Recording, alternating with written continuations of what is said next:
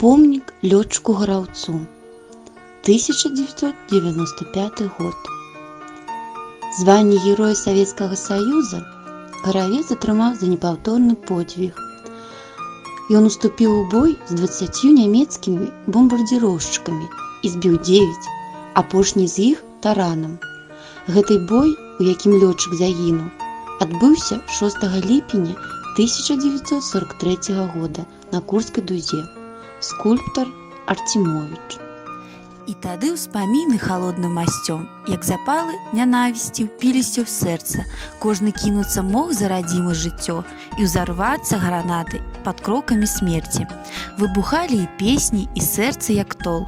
Смерць, губляючы косці, назад адпаўзала праз магілы ахвярныя нашых братоў, праз руін гарады, цені сёл і вакзалаў. Мы, як гнеў неадступныя следам ішлі, задыхаліся ў ярасных бітвах, пагонях, і астаўся за намі дым родных сяліб і вайной узараныя родныя гоні.